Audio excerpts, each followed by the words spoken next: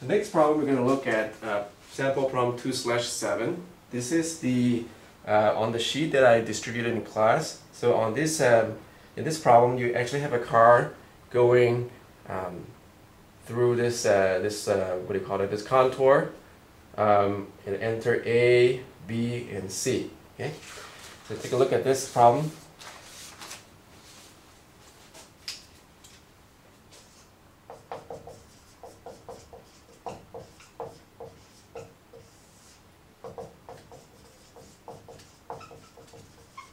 Okay, sample problem 2/7. Okay, to anticipate the dip and hump in the road, the driver of a car applies her brakes to produce a uniform deceleration. So you're given uniform deceleration. Okay, so first of all, you have this. Right, so this car is actually this little beetle.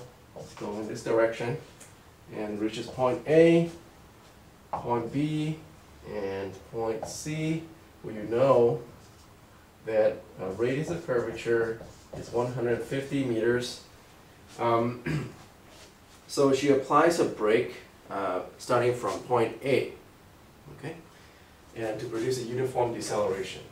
So we know that the speed at the bottom of A of the dip is 100 kilometers per hour, right? So at A, right, V is 1, so VA is 100 kilometers per hour. Okay, so we can convert that to meter per second, divide this by 3.6, right? So 3.6 and you get 27.78 meters per second. And what else do we know? We also know that the passenger experienced a total acceleration of 3 meters per second squared at A. Right? AA is 3 meters per second squared. Okay.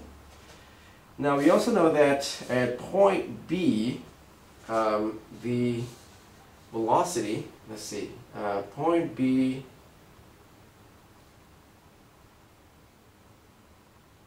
sorry, at point C, the velocity is 50 kilometers per hour. Right? So at point C, the velocity at C is 50 kilometers per hour, and that's equivalent to 13.89 meters per second. Okay? So the displacement between A and C, right, S from A to C is equals to 120 meters. Right? So it's 60 here plus another 60 meters. So this is 120 meters. Okay. Also, we have written down rho C is equals to 150 meters, right, as shown there. So the problem asks you to calculate first the radius of curvature at A, right? So find rho A, number 1. Okay. Number 2, acceleration at point B. The total acceleration at point B, right? B is here. Number 3, the total acceleration at point C. Okay? Total acceleration at point C. Okay? Alright, so we have this problem. And let's go about tackling the first part. Okay? So, part A, to calculate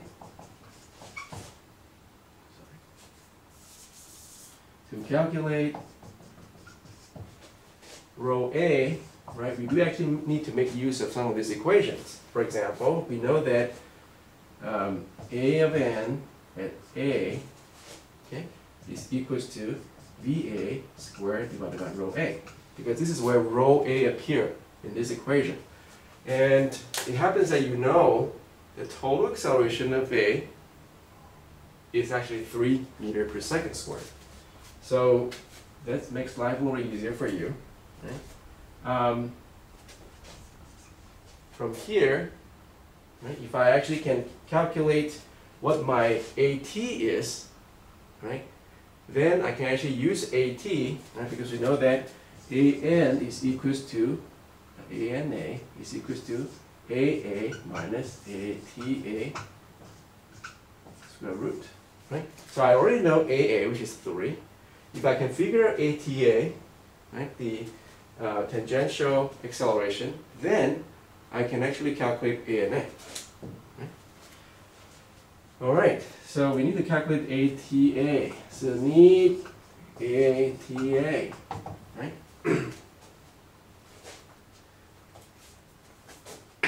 Right, so remember we were given this initial condition where it says that the acceleration from point A to C is uniform, or deceleration is uniform. Right? So we'll make use of this to calculate ATA.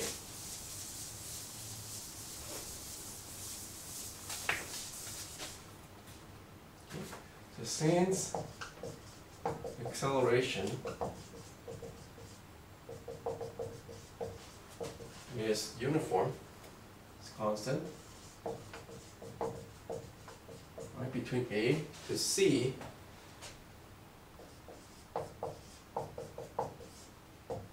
we can use equation. Right? We can use this equation, for example, v squared v naught squared plus 2as. Right? This equation. Here, this v is actually my vc. This is the final velocity at point C. Right? v0, of course, is va squared, okay, plus 2a, we don't know what that is, but at least we know this is the tangential acceleration. And the tangential acceleration is a constant, right, throughout A, B, and C. So in other words, ATA is the same as ATB, is the same as ATC. Right? And S is 120. So from A to C is 60 plus 60. So this is 120. 120 meters. Right? So if you calculate everything correctly, so this is a VC was just say that VC was 13.89. Right? VA was 27.78 squared plus 2A 120.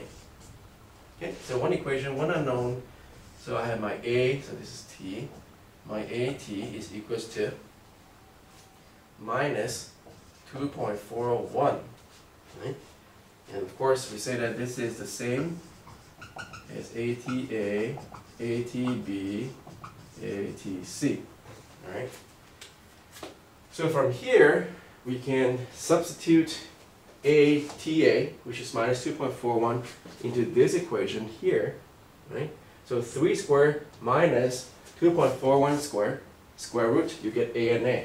So ANA is equals to 3 squared minus 2.41 square root, and that's equals to 1.79 meter per second squared.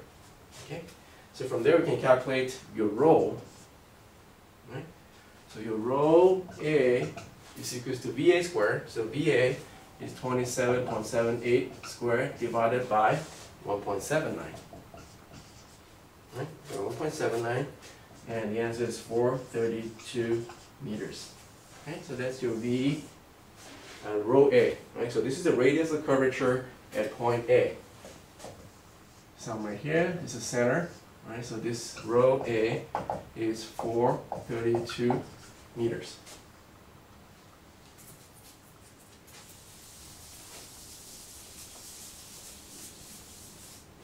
Okay, the next part, what is A, B? Right, so this is total acceleration at point B. Right, total acceleration at point B, of course, as we know, is this.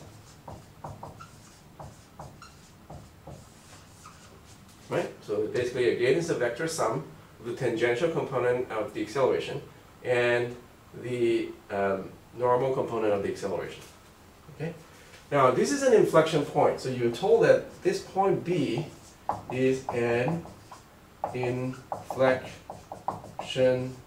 point. Now what does that mean, inflection point?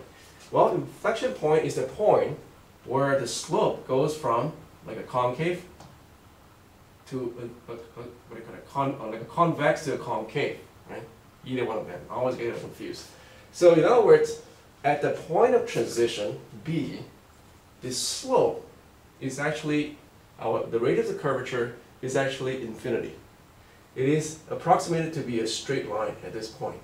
Because remember, we say that a straight line is a special case of a circle, right? And it is a circle or a section of a circle that has infinitely large radius of curvature. Okay, so here, rho and b is actually infinity.